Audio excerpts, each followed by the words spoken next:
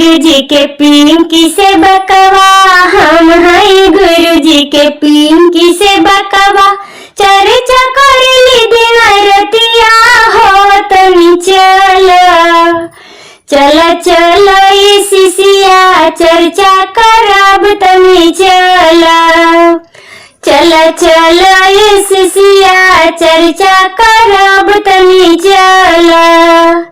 पहले जलवा भरब तबे जलवा लियाब अपन गुरु के पैरवा हम दीहब पखार तनी चला चला ये शिशिया चर्चा करब तनी चला ये शिशिया चर्चा करब तनी पहले आंगन में पाब तबे चौका पूरब अपन गुरु के आसन पर दीहब बैठाई तनी चला ये शिशिया चर्चा करब तनी चला ये शिशिया चर्चा करब तनी पहले भंगिया पिसाब तबे गुलवा बनाई अपन गुरु के भोगवा हम दीहब लगाई तनी चला ये शिशिया चर्चा करब तनी चला ये शिशिया चर्चा करब तनी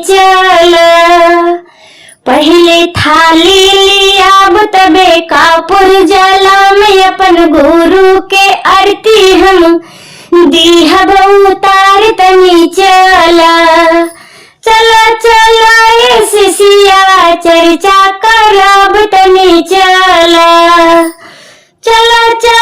ये शिशिया चर्चा करब तनी पहले गंगा में जाम तबे सखिया बोला में अपन गुरु के भोग भजन हम दीहब सुनाई चला ये शिशिया चर्चा करब तनी चला ये शिशिया चर्चा करब तनी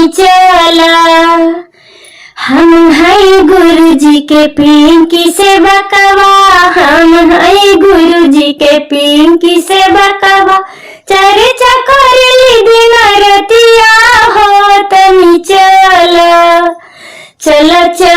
ये शिशिया चर्चा करब तनी चला ये शिशिया चर्चा करब तनी शिव गुरु के पसंद है शिशिया बेलावा के पतवारे जान बेलावा के पतवारे जान तोरी तोरी शिवलिंग पर हम चढ़ैबै रे जान तोरी तोरी शिवलिंग पर हम चढ़ै